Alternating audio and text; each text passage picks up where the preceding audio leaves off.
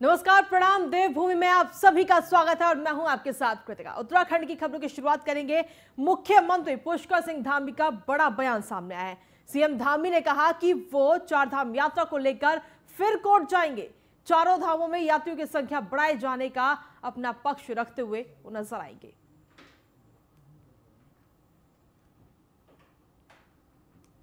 पिछले दिनों जब से यात्रा चालू हुई है, माननीय न्यायालय ने जो यात्रा चलाने का हमको एक तरह से परमिशन दी है, उसके बाद हमने वहाँ की समीक्षा की है। सरकार ने सभी जगह पर सफाई व्यवस्था से लेके जो अन्य परिवहन व्यवस्थाएं हैं, आने जाने की व्यवस्थाएं हैं, रहने की व्यवस्थाएं हैं, सभी व्यवस्थाओं का जब एक तरह से हम लोगों ने आंकड़े जुटाए हैं या उस पर बात की है, तो 11 बजे के आसपास सभी जगह लगभग सारे मंदिर खाली हो जा रहे हैं और ये संख्या काफ़ी कम है।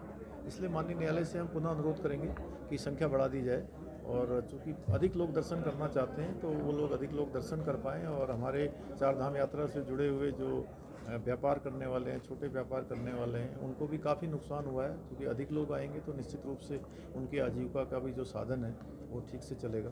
पिछले दिनों वहीं पुष्कर सिंह धामी ने का बड़ा ऐलान। सीएम धामी ने कहा है कि नारी सशक्तिकरण योजना की घोषणा बीजेपी राष्ट्रीय कार्य समिति के मंच से की गई घोषणा। तो इस वक्त की बड़ी जानकारी आपको दे रहे हैं। मुख्यमंत्री धामी ने नारी सशक्तिकरण योजना की ये घोषणा की है। इस वक्त की बड़ी जानकारी आपको दे रहे हैं। बीजेपी राष्ट्रीय कार्य समिति के मंच से ये बड़ी घोषणा मुख्यमंत्री पुष्कर सिंह धामी करते नजर आए हैं। उन्होंने कहा महिलाओं को लोन आसानी से मिलेगा और कई छूट के प्रावधान भी होंगे। तो महिला सशक्तिकरण को लेकर इस वक्त की बड़ी जानकारी आपको दे रहे हैं। ब्लॉक स्तर पर कमेटी बनाकर सभी महिलाओं को इसका सीधा लाभ मिलेगा।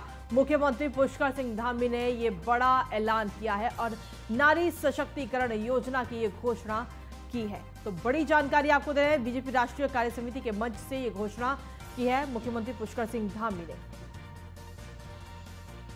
तो बड़ी जानकारी इस वक्त की, महिलाओं को अब लोन आसानी से मिलेगा और साथ ही लोन के साथ ही छूट के भी तमाम प्रावधान होंगे, जिससे कहीं ना कहीं महिलाओं को सीधे तौर पर फायदा मिलेगा। और इसी के साथ खबरों में आगे बढ़ेंगे। किसानों ने के सोमवार यानी कि आज के भारत बंद को प्रदेश कांग्रेस ने अपना समर्थन दे दिया है। प्रदेश अध्यक्ष गणेश गोदियाल का कहना है कि सभी जिलों के पदाधिकारियों से यह कहा गया है कि इस बंद को अपना समर्थन देते हुए इसे सफल बनाएं। गोदियाल के मुताबिक केंद्र की नीतियों से परेशान होकर किसान आंदोलन को विवश हो रहे हैं।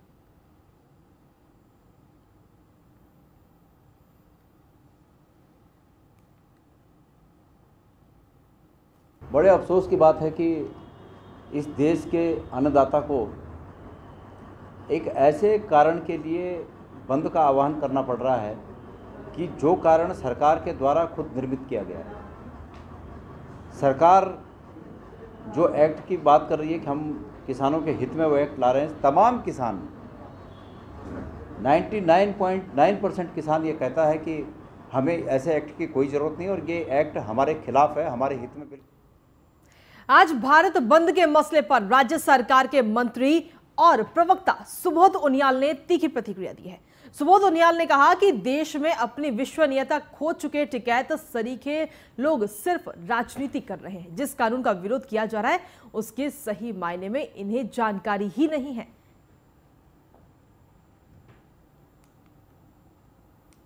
कांग्रेस पूरे देश में 2 राज्यों में सिमट गई है। सपोर्ट करे ना करे क्या अंतर पड़ता है, पहली बात तो ये है। दूसरी बात ये देखिए, तमाम वो लोग जो जनता के बीच अपनी विश्वसनीयता खो चुके हैं, चाहे वो राजनीतिक दल हो चाहे टिकैत सरीखे नेता हो, ये अपनी जमीन को पाने के लिए, अपने धरातल को बनाने के लिए आज किसानों को गुमराह करने का काम कर रहे हैं। जो सबसे ज़्यादा विरोध है वो है कॉन्ट्रैक्ट फार्मिंग एक्ट।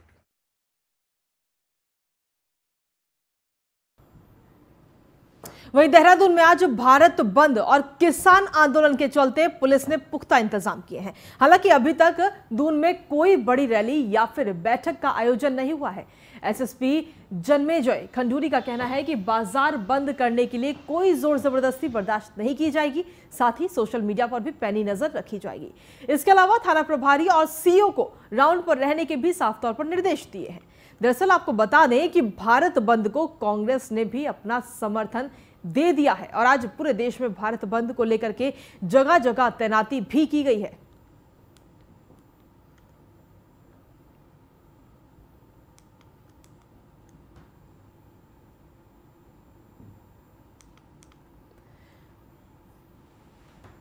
प्रपोज्ड कल का जो कॉल है उसको लेकर हमारे द्वारा सारे पुख्ता इंतजाम किए जा चुके हैं। एसपी सिटी, एसपी देहात दोनों को हिदायतें दी जा चुकी हैं। फोर्स का डिप्लॉयमेंट भी हमारे द्वारा किया जा चुका है। हर एक थाने में जहाँ जहाँ पर संभावित है वहाँ पर हमारे द्वारा एडिशनल फोर्स पीएसी के रूप में दी जा चुकी है। सारे थानाध्यक्षों को मेरे द्वारा निर्देशित किया गया है कि कोई भी अप्रिय घटना ना हो, वार्ताओं से लोगों से वार्ता भी कर लें। प्रपोज्ड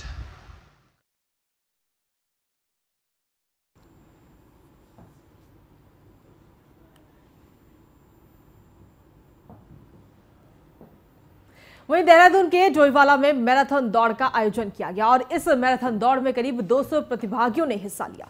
दौड़ का आयोजन खेलों में देश का नाम ऊंचा करने वाले खिलाड़ियों के सम्मान में किया गया है। देखिए ये रिपोर्ट।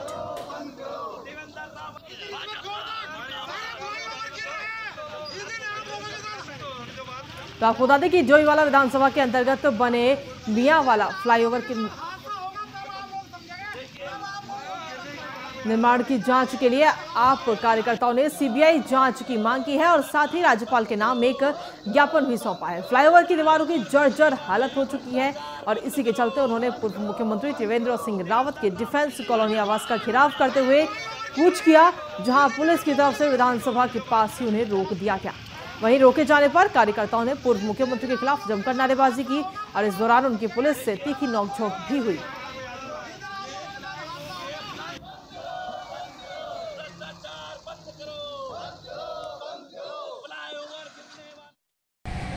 आज हमने पूर्व मुख्यमंत्री त्रिवेंद्र सिंह रावत जो वर्तमान विधायक हैं डोईवाला के, उनके आवास पर प्रदर्शन किया और हमारी सीधे मांग है कि जो डोईवाला विधानसभा क्षेत्र के अंतर्गत आता है मियावाला फ्लाईओवर, जिसमें भारी भ्रष्टाचार हुआ है, भारी अनियमितताएं हैं, वो फ्लाईओवर कभी भी गिर सकता है। उसने अपनी दोनों साइड से जो स्लैब्स हैं उन्होंने अपनी जगह छोड़ दी है। एक बड़ी दुर्घटना हो सकती है। राजनीति किए बगैर हम लगातार शासन प्रशासन सरकार से ये मांग कर रहे हैं कि जल्द से जल्द इस फ्लाईओवर का जो है ट्रीटमेंट हो। अगर इसका ट्रीटमेंट नहीं हुआ या समय रहते इसका पुनर्निर्माण नहीं कराया गया तो कोई बड़ा हादसा हो सकता है।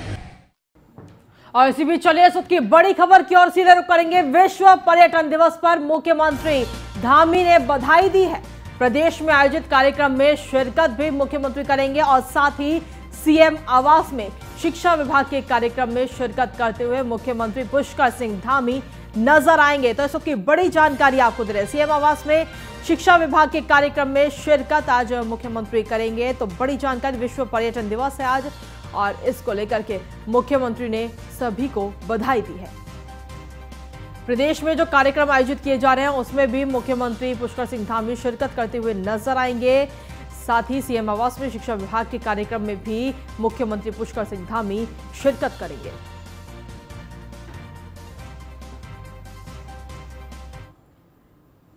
केदारनाथ धाम के हिमालय क्षेत्रों की सुंदरता इन दिनों देखते ही बन रही है और सीधे रुख करेंगे बड़ी खबर का। आपको बता दें कि मुख्यमंत्री पुष्कर सिंह धामी आज बधाई दी है उन्होंने पर्यटन दिवस को लेकर के। विश्व पर्यटन दिवस है आज।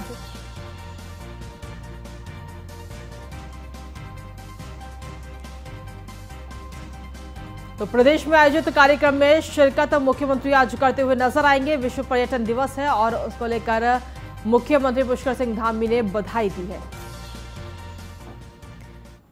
और अधिक जानकारी के साथ संवाददाता सुदीप जैन इस वक्त फोन लाइन पर जुड़ गया। सुदीप, क्या कुछ अपडेट्स हैं आपके पास में? प्रदेश में कार्यक्रम आयोजित किए जा रहे हैं और इसमें मुख्यमंत्री पुष्कर सिंह धामी भी शिरकत करते नजर आएंगे। जी, आज विश्व पर्यटन दिवस को लेकर जो एक एडवेंचरस टूरिज्म का प्रोग्राम चल रहा है उसमें आज मुख्यमंत्री 11:15 बजे करीब शिरकत करेंगे। और चूंकि उत्तराखंड में पर्यटन के लिहाज से सबसे महत्वपूर्ण प्रदेश है जी, पर्यटन यहाँ की एक आजीविका का, रेवेन्यू का एक बड़ा सोर्स है, तो मुख्यमंत्री वहां से कोई बड़ा ऐलान भी कर सकते हैं, ऐसा माना जा रहा है। इसके बाद मुख्यमंत्री एक निजी बैंक के एक कार्यक्रम में शिरकत करेंगे। शिक्षा विभाग एक नया प्रयोग कर रहा है, एक मोबाइल कंपनी के माध्यम से ऐप निर्माण का। शाम तक मुख्यमंत्री का व्यस्त दौरा है और वो 3 बजे के करीब भारतीय जनता पार्टी का एक वर्चुअल कार्यक्रम है जिसमें वो राष्ट्रीय अध्यक्ष जेपी नड्डा के साथ जुड़ेंगे। राष्ट्रीय महिला समिति जो देहरादून में चल रही है उसमें भी वो प्रतिभाग करेंगे वर्चुअल माध्यम से। जी, जिस तरीके से कार्यक्रम की बात कही जा रही है, क्या कुछ खास कार्यक्रम आज होने वाले हैं?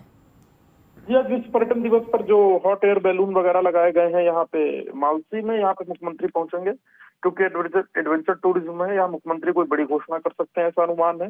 इसके साथ ही दूसरा महत्वपूर्ण कार्यक्रम जो है वो शिक्षा विभाग का, जो शिक्षा विभाग ने ऑनलाइन की दिशा में अपने कदम बढ़ाए हैं और ऑनलाइन में कुछ वो नया प्रयोग करने जा रही है। इसके साथ ही मुख्यमंत्री शाम तक कुछ विशिष्ट अतिथियों से भी मुलाकात कर रहे हैं, जो सीएम आवास और सचिवालय में मुलाकात होगी।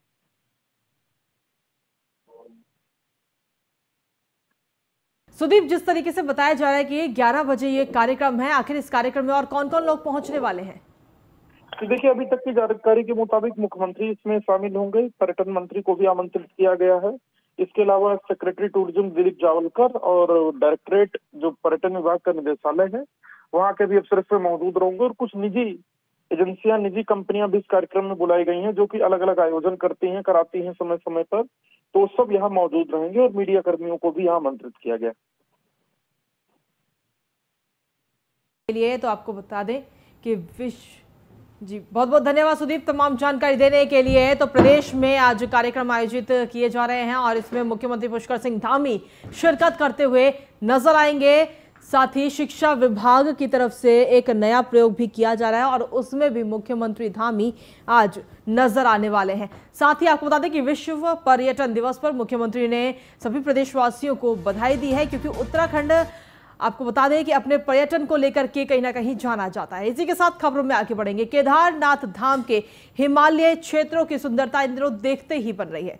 दरअसल पिछले 2 साल में मानव गतिविधियां कम होने से नीलकमल समेत अनेक प्रकार के फूल वहां खिल उठे हैं और इन फूलों के खिलने से हिमालय क्षेत्रों की सुंदरता काफी ज्यादा बढ़ गई है। देखिए ये रिपोर्ट।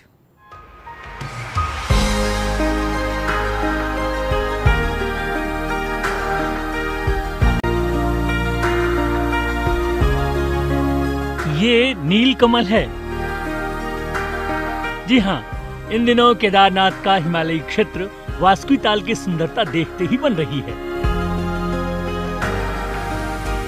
दरअसल पिछले 2 सालों में हिमालयी क्षेत्रों में मानवों की हलचल कम हुई है, जिसकी वजह से हिमालयी क्षेत्रों में खिलने वाले फूल एक बार फिर खिलने लग गए हैं।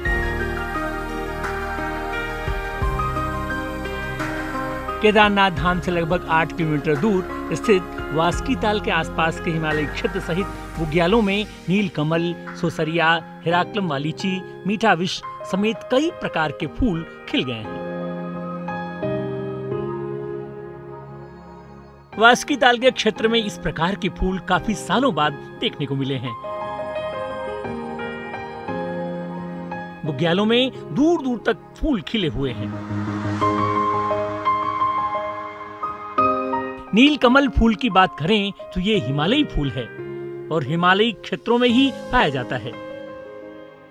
वैसे फूल 4000 मीटर की ऊंचाई वाले क्षेत्रों में खिल जाते हैं।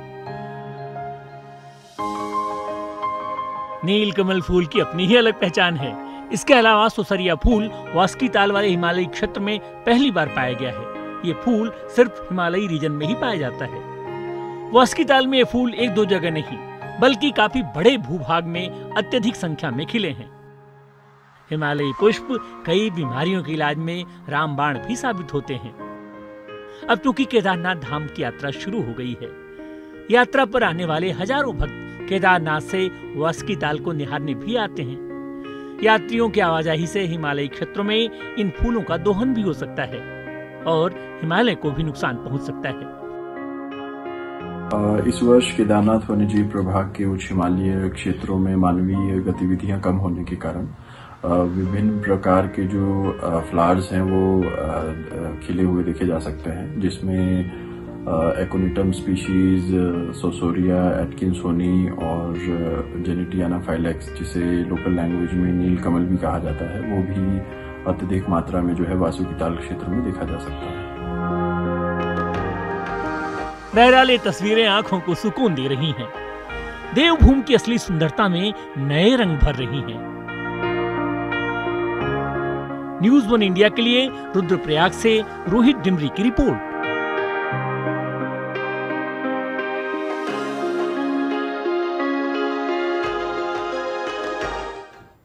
सीधे रुख करेंगे इस वक्त की बड़ी खबर का। भारतीय जनता पार्टी के महिला मोर्चा की कार्य समिति का आज दूसरा दिन है। इस वक्त की बड़ी जानकारी आपको दे रहे हैं। कार्य समिति की बैठक में राजनीतिक प्रस्तावों पर चर्चा आज होनी है। साथ ही आगामी विधानसभा चुनाव के लिए रणनीति पर भी आज इस बैठक में चर्चा की जाएगी। तो इस वक्त की बड़ी जानकारी आपको दे रहे हैं। आगामी विधानसभा चुनाव की रणनीति पर भी इस बैठक में चर्चा होगी। बीजेपी महिला मोर्चा की कार्य समिति की बैठक का आज दूसरा दिन है। इसी पर अधिक जानकारी देने के लिए संवाददाता सुदीप जैन हमारे साथ जुड़ गए हैं फोन लाइन पर। सुदीप, क्या कुछ जानकारी है? आज इस बैठक का दूसरा दिन है और कहीं ना कहीं जो आगामी चुनाव है, जो अगले साल उत्तराखंड विधानसभा चुनाव है, उनको लेकर के रणनीति आज इसमें बनती नजर आ सकती है, चर्चा हो सकती है आज। देखिए, ये बहुत महत्वपूर्ण बैठक है और इसकी महत्व का अंदाजा इस बात से लगाना चाहिए कि राष्ट्रीय महामंत्री संगठन बीएल संतोष आए हुए हैं और राष्ट्रीय अध्यक्ष जो महिला मोर्चा है श्री निवासन वो स्वयं आई हुई हैं। इसके अलावा पूरे प्रदेश की जो राष्ट्रीय कार्यकारिणी के नेशनल एग्जीक्यूटिव मेंबर हैं ये पहुंचे हुए हैं। आज से विधिवत सत्र शुरू होगा। 4 सेशन में चर्चाएं रखी गई हैं अलग अलग। भारतीय जनता पार्टी के सूत्र बताते हैं कि पहले ये कार्यकारिणी उत्तराखंड में रखे जाने की भी एक खास वजह है। भारतीय जनता पार्टी की रिसर्च टीम ने पाया कि उत्तराखंड में वोट देने के मामले में महिलाएं बहुत आगे हैं पुरुषों की तुलना में। तो पार्टी ने इसे अवसर के रूप में भी लिया कि विधानसभा चुनाव करीब है तो क्यों ना यही राष्ट्रीय महिला कार्यकारिणी करके एक संदेश दिया जाए और मतदाताओं को अपने पक्ष में प्रभावित किया जाए, क्योंकि महिलाएं वोट देने के मामले में विशेषकर पहाड़ में सबसे आगे रही हैं। इसका फायदा लिया जाए। तो ये भी एक वजह है कार्यकारिणी की। आज राजनीतिक कई प्रस्ताव भी पास होंगे और रणनीति बनेगी। जो देश के 5 राज्यों में चुनाव होने विधानसभा के, वहाँ कैसे रणनीति ऐसी बने जो प्रधानमंत्री मोदी की नीतियों को आगे तक पहुंचाया जाए, महिलाओं के हित में किए गए कार्यों को लोगों को बताया जाए और अधिक से अधिक समर्थन हासिल किया जाए। जी सुदीप, जिस तरीके से अगर कल की हम बात करते हैं तो कल भी इस बैठक का आयोजन किया गया था। कल क्या कुछ रहा था इस बैठक में? जी देखिए, कल ओपनिंग सेशन था। 11 बजे पहले राष्ट्रीय कार्यकारिणी ने प्रधानमंत्री मोदी के मन की बात सुनी और 3 बजे ओपनिंग सेशन में मुख्यमंत्री पुष्कर सिंह धामी आए थे, जिन्होंने ऐलान किया था विधवा महिलाओं के लिए लोन में सब्सिडी का। इसके बाद सभी कार्यकारिणी के सदस्य गंगा आरती में गए थे ऋषिकेश, जो लौट के आए हैं। आज 10:30 बजे से सेशन दोबारा शुरू हो रहा है और ये 4 अलग अलग सेशन होंगे कार्यकारिणी नेशनल एग्जीक्यूटिव के। कोर कमेटी की एक अलग से बैठक बीएल संतोष राष्ट्रीय महामंत्री संगठन ने ली है, जो भी कल देर रात आयोजित हुई है। जी चलिए, बहुत बहुत धन्यवाद सुदीप। आप लगातार नजर बनाए रखें और पल पल के अपडेट्स हम तक देते रहिएगा।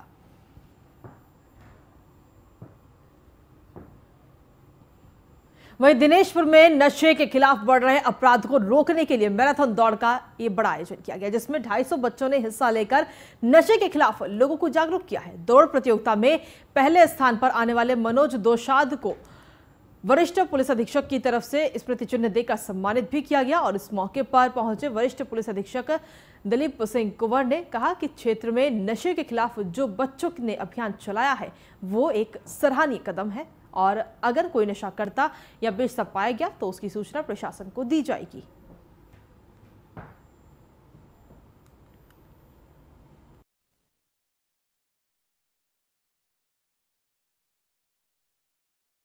आज दौड़ आयोजित किया गया है गुलरपुर से दिनेशपुर। इसमें लगभग 250 बच्चों ने प्रतिभा किया और इसमें जो संकल्प ग्रीन हेल्प फाउंडेशन है, वॉइस एशिया और जो हमारे डिजिटल वॉलंटियर्स हैं जनपद लेवल पे, उसमें से ललित मोहन और आपके अनुज कुमार, प्रीतम, ये 3 काफ़ी लोगों ने इसमें बहुत अच्छा सकारात्मक सृजनात्मक सहयोग प्रदान किया है। इस आयोजन से जो आपने समस्या बताई उसका निराकरण होगा। ड्रग्स के अगेंस्ट परिवार के लेवल पर सामान्यतः मॉनिटरिंग या सुपरविजन खत्म हो गया है। दूसरा, जहाँ बच्चे शैक्षणिक स्थान में जो पढ़ रहे हैं उस लेवल पर जो है जो एक संवेदनशीलता होनी चाहिए वो ख़त्म हो गया है। हम यहाँ आए थे, हमें बताया गया था कि नशा मुक्ति के उस पर यहाँ रनिंग कराई जा रही है। तो हम एम स्पोर्ट एकेडमी से आए थे, के थ्रू आए थे यहाँ पर और यहाँ रनिंग किया 11 किलोमीटर और हमें यही सीख मिला यहाँ पे आके कि जो भी आप कर रहे हो मेहनत, उसका फल ज़रूर मिलेगा आपको। आप मेहनत करते रहिए, आपको ज़रूर प्राप्त होगा। और मैं यही कहना चाहूँगा कि नशा से जितना दूर रहोगे उतना ही आप लोगों वहीं हल्द्वानी में राष्ट्रीय स्वास्थ्य मिशन के तहत नैनीताल जिले के स्वास्थ्य नगर निगम अधिकारियों की बैठक हुई, जिसमें डेंगू बैक्टीरिया से होने वाले रोगों की समीक्षा की गई। नैनीताल जिले में स्वास्थ्य सेवाओं में कैसे सुधार लाया जा सकता है, बैठक में जनप्रतिनिधियों के द्वारा एक महत्वपूर्ण प्रस्ताव सामने लाया गया। जिन जिन जगहों में स्वास्थ्य केंद्र खोले जा रहे हैं वहां एम्बुलेंस की भी व्यवस्था की जाएगी, तो स्वास्थ्य सुविधाओं में सुधार को लेकर के रणनीति बनती हुई नजर आई है। स्वास्थ्य सेवाओं में कैसे सुधार किया जा सकता है और डेंगू मलेरिया के मरीज जो है वो भी लगातार बढ़ रहे हैं। केंद्र वित्त आयोग में हेल्थ सर्विसेज को इम्प्रूव करने के लिए विशेष पैकेज के संबंध में कार्य योजना आज यहाँ पर बननी थी और मैं समझता हूँ ये कि बहुत बढ़िया पहल है और भारत सरकार और हमारे प्रधानमंत्री माननीय मोदी जी की बहुत बड़ी पहल है कि हेल्थ सर्विसेज को डिसेंट्रलाइज करने की बात चल रही है। आयोग में जो है कुछ हेल्थ हमारे इंफ्रास्ट्रक्चर को बढ़ाने के लिए, डायग्नोस्टिक कैपेसिटीज़ बढ़ाने के लिए और जो हमारी जो डिसेंट्रलाइजेशन ऑफ सर्विसेज करने के लिए कुछ हमें प्रपोजल्स देने थे, तो उसी के लिए एक अर्बन बॉडीज़ की मीटिंग रखी हुई थी। इसमें प्रपोजल्स पे चर्चा हुई 15वें वित्त आयोग में। नगरीय क्षेत्रों में और ग्रामीण क्षेत्रों में दोनों में स्वास्थ्य को विकेंद्रीकृत करते हुए जनता के नज़दीक स्वास्थ्य सुविधाओं को प्रदान करने की जो व्यवस्था पर विचार चल रहा है, उसकी कार्य योजना स्वास्थ्य विभाग द्वारा बनाई गई थी। उसमें जो हमारे माननीय जनप्रतिनिधि हैं और संबंधित विभागों के अधिकारी हैं, उनके साथ एक वार्म अप हुआ, जिसमें जो प्रस्ताव था उसमें और क्या सुधार किया जा सकता है या कौन से प्रस्ताव की उपयोगिता कम है, उन पर। वहीं हरिद्वार के डीएम के जारी किए गए निर्देशों के बाद लक्सर के उप जिला मजिस्ट्रेट वैभव गुप्ता अलर्ट मोड पर नजर आ रहे हैं। जगह जगह सड़कों पर हुए गड्ढों को लेकर सख्ती बरती जा रही है। वहीं लगातार बढ़ रही सड़क दुर्घटनाओं का ग्राफ देखते हुए वैभव गुप्ता काफी सख्त नजर आ रहे हैं।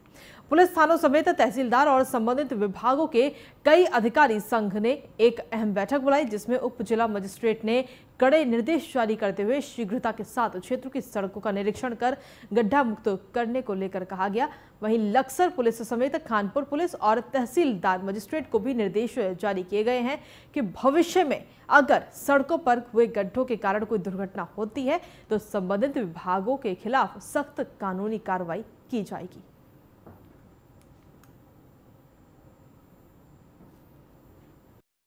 हुई थी तो पीडब्ल्यूडी, पीएमजीएसवाई, एनएच, ब्लॉक और पंचायत अधिकारी ये सब उपस्थित हुए थे। तो इनको निर्देश दिए गए हैं कि ये सघन अभियान चलाएंगे और 1.5 माह के अंदर इनके अंदर जो भी रोड्स हैं उन सब के में अपना निरीक्षण कर लेंगे और उनमें यदि कोई गड्ढा है उसको तत्काल कर देंगे और जो भी मेंटेनेंस संबंधित कार्य वो करा लेंगे। और 1 माह के बाद यहाँ पर शपथ पत्र देंगे कि हमारी जो रोड्स हैं वास्तव में अब पैच मुक्त हो गई हैं, पैचलेस हो गई है, गड्ढा मुक्त हो गई है। हुई थी तो पीडब्ल्यूडी, पीएमजीएसवाई, एनएच, ब्लॉक और पंचायत अधिकारी।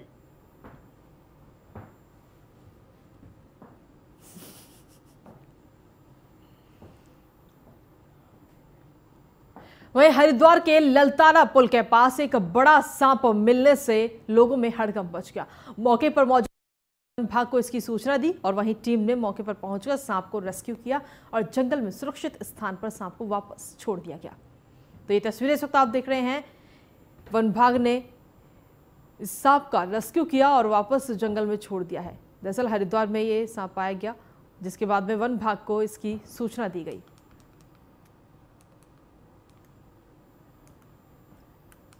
और वही खबरों में आगे बढ़ते हैं। पौड़ी से जिला मुख्यालय ट्रैफिक को कम करने के लिए कहीं ना कहीं और साथ ही व्यवस्थित आवागमन के लिए पुलिस ने एक सराहनीय पहल की है, जिसमें अब पुराने बस अड्डे से संचालित होने वाले कुछ मार्गों के वाहनों को देवप्रयाग रोड स्थित नए बस अड्डे से संचालित किया जाएगा और साथ ही नए बस अड्डे में व्यवस्थाओं को दुरुस्त करने के लिए भी मूलभूत सुविधाएं सुनिश्चित की जा रही हैं। थानाध्यक्ष विनोद सिंह गोसाई ने बताया कि मुख्य बाजार में यातायात व्यवस्था को दुरुस्त करने के लिए 27 सितंबर से शुरुआत होगी, जो आगामी 1 हफ्ते तक जारी रहेगी। इसमें ऐसा है कि प्राय हम देख रहे थे कि जो हमारा पुराना बस अड्डा है उसमें क्षमता से ज़्यादा जो है उस पर भार पड़ रहा है और काफ़ी वहाँ पर दिक्कतें पेश आ रही है। तो इसलिए जो है ये हमारे एसएसपी महोदय के निर्देश थे कि इसमें कुछ यातायात मैनेजमेंट में कुछ जो है व्यवस्था की जाए, जिससे कि ट्रैफिक की जो लगातार कई बार जाम की समस्या बनती है और वहाँ पर काफ़ी भीड़ हो जाती है बस अड्डे, पुराने बस अड्डे पर। तो चूँकि यहाँ पर नया बस अड्डा काफ़ी समय से बना हुआ है जिसका प्रयोग नहीं हो पा रहा था, इसमें ऐसा है। और इसी के साथ फिलहाल प्रणाम देवभूमि मेरे साथ इतना ही। बाकी तमाम खबरों के लिए आप लगातार देखते रहिए News1 इंडिया।